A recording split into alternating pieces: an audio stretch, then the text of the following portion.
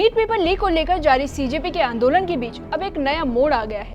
लगातार सरकार कह रही है कि वो बातचीत के लिए तैयार है, लेकिन अब खबर ये है कि सीजेपी नेताओं ने केंद्रीय मंत्री जेपी नड्डा के साथ बातचीत का प्रस्ताव ठुकरा दिया है। दिलचस्प बात यह है कि एक दिन पहले तक सीजेपी सरकार से बातचीत के लिए तैयार होने की बात कर रही थी, लेकिन कुछ शर्तों के साथ। ऐसे में सवाल उठ रहा है कि आखिर 24 घंटों के भीतर ऐसा क्या बदल गया कि बातचीत की उम्मीदें टूटती नजर आने लगी है।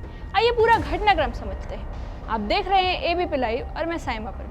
पिछले कई दिनों से सीजेपी यानी कॉकरोच जनता पार्टी नीट पेपर लीक और शिक्षा व्यवस्था में सुधार की मांग को लेकर जंतर मंतर पर प्रदर्शन कर रही है और आंदोलन के दौरान सरकार की ओर से कई बार कहा गया कि वो बातचीत के जरिए समाधान निकालना चाहती है। केंद्रीय मंत्री जेपी नड्डा ने भी सीजेपी नेताओं को बातचीत का न्योता दिया, लेकिन अब सूत्रों के हवाले से खबर सामने आई है कि सीजेपी नेताओं ने इस प्रस्ताव को स्वीकार करने से इनकार कर दिया है। अब ध्यान देने वाली बात यह है कि एक दिन पहले तस्वीर कुछ और थी। सीजेपी के प्रवक्ता सौरभ दास ने कहा कि संगठन सरकार से बातचीत के लिए तैयार है।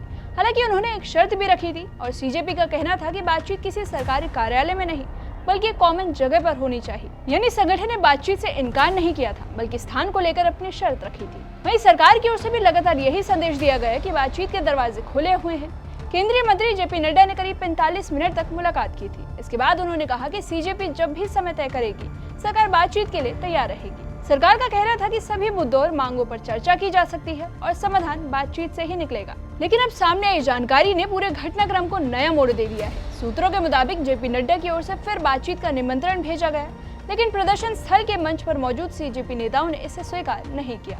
हालांकि अभी तक सीजेपी की ओर से कारण नहीं बताया गया है कि इस बार बातचीत से इनकार क्यों किया गया। ऐसे में सवाल उठ रहे कि क्या संगठन अपनी पहली वाली शर्त पर कायम है या फिर कोई और वजह सामने आई है। वहीं दूसरी तरफ प्रधानमंत्री नरेंद्र मोदी ने भी बड़ा ऐलान किया है। उन्होंने कहा कि नीट पेपर लीक के दोषियों को जल्द सजा दिलाने के लिए सरकार फास्ट ट्रैक कोर्ट का गठन करेगी। सरकार का दावा है कि इससे जांच और सुनवाई की प्रक्रिया तेज होगी और दोषियों के खिलाफ जल्द से जल्द कार्रवाई हो सकेगी। हालांकि इस घोषणा के बावजूद सीजेपी का प्रदर्शन जारी है।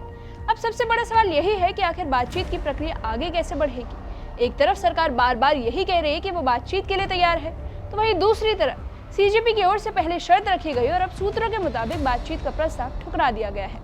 इससे आंदोलन के भविष्य को लेकर कई सवाल खड़े हो गए हैं। सवाल यह है कि क्या दोनों पक्ष किसी साझा रास्ते पर पहुंच पाएंगे या टकराव आगे भी जारी रहेगा। इसका जवाब आने वाले दिनों में मिल सकता है।